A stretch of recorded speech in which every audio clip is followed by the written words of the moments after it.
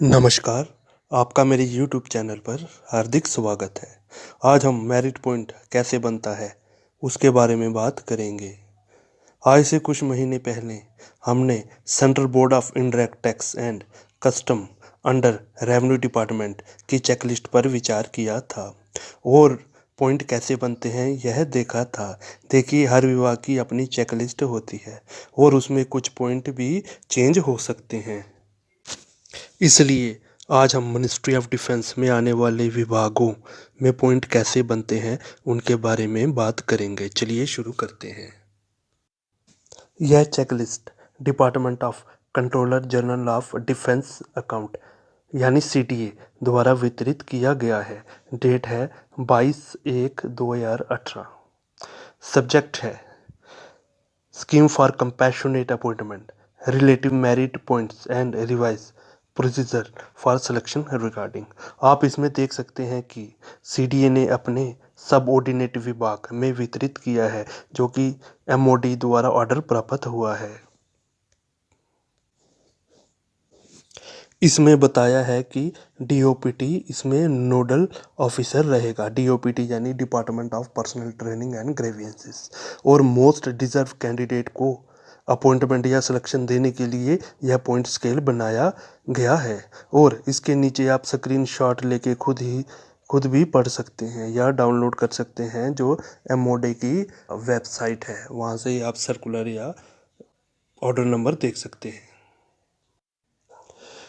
चलिए अब शुरू करते हैं। सबसे पहले आता है बेसिक फैमिली पेंशन। अगर आप बेसिक फैमिली पेंशन 9,000 तक है तो आपको अधिकतम पॉइंट 20 मिलेंगे।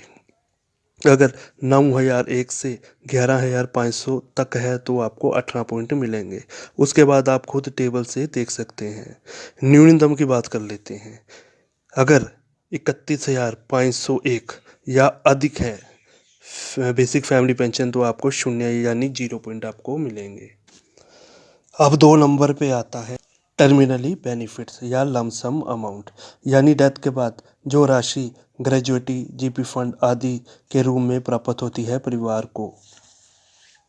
अगर आपको कुल 10 लाख प्राप्त होता है तो आपको अधिकतम 10 पॉइंट मिलेंगे। फिर उसके बाद 10 लाख एक से अधिक 11,87,500 है तो आपको 9 पॉइंट मिलेंगे। उसके बाद आप खुद देख सकते हैं।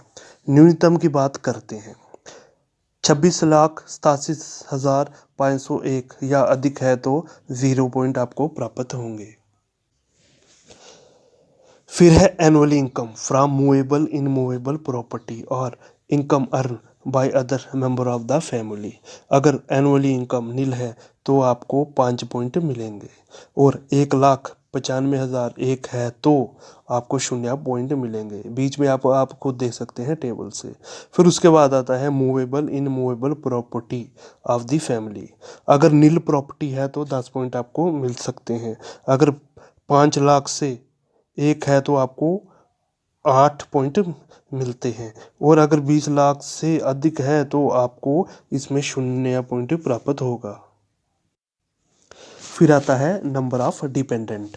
अगर एक डिपेंडेंट है तो आपको 5 पॉइंट मिलेंगे, 2 डिपेंडेंट है तो आपको 10 पॉइंट मिलेंगे, या 3 से अधिक है तो आपको 15 पॉइंट मिलेंगे। फिर उसके बाद आता है number of unmarried daughters. None, अगर कोई अनमैरिड डॉटर नहीं है तो आपको 0 पॉइंट मिलेंगे। एक अनमैरिड डॉटर है तो आपको 5 पॉइंट मिलेंगे। 2 के लिए आपको 10 पॉइंट मिलेंगे। 3 या 3 से अधिक अनमैरिड डॉटर हैं तो आपको इसमें कुल 15 पॉइंट मिलेंगे, जो कि अधिकतम है। फिर आता है number of minor children. Non, अगर कोई नहीं है तो आपको 0 पॉइंट मिलेंगे। एक माइनर चिल्ड्रन है तो आपको 5 पॉइंट मिलेंगे। 3 या 3 से अधिक है तो आपको 15 पॉइंट मिलेंगे। फिर आता है लेफ्ट ओवर सर्विसेज। अगर 5 साल तक अगर सर्विस बाकी थी तो आपको 2 पॉइंट मिलेंगे। बीच में आप देख सकते हैं, और अधिकतम देख लेते हैं। अगर 20 वर्ष या उससे अधिक सर्विस बाकी थी तो आपको अधिकतम 10 पॉइंट मिलेंगे। अगर कोई कैंडिडेट लेट अप्लाई करता है कंपैशनेट अपॉइंटमेंट के लिए तो टर्मिनल बेनिफिट के पॉइंट इस तरह मिलेंगे। अगर कर्मचारी की मृत्यु 9/3/2001 से पहले हुई है तो पैरामीटर 2/11/1993 ऑर्डर नंबर अप्लाई होगा। यानी इस तारीख की चेकलिस्ट होगी वह आपको देखनी होगी। अगर मृत्यु 9/3/2001 और 21/1/2010 के बीच में हुई है तो पैरामीटर 9/3/2001 का अप्लाई होगा। अगर मृत्यु 22/1/2010 से 31/12/2015 के बीच में हुई है तो ऑर्डर नंबर 22/1/2010 अप्लाई होगा।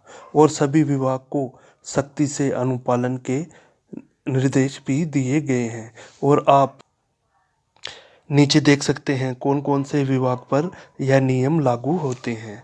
उम्मीद करता हूँ कि आपको मेरी वीडियो पसंद आ रही होंगी। अधिक जानकारी के लिए मेरी दूसरी वीडियो भी ज़रूर देखें और वीडियो को लाइक, कमेंट और जिनको यह ज़रूरत है उनके साथ ज़रूर शेयर करें। धन्यवाद।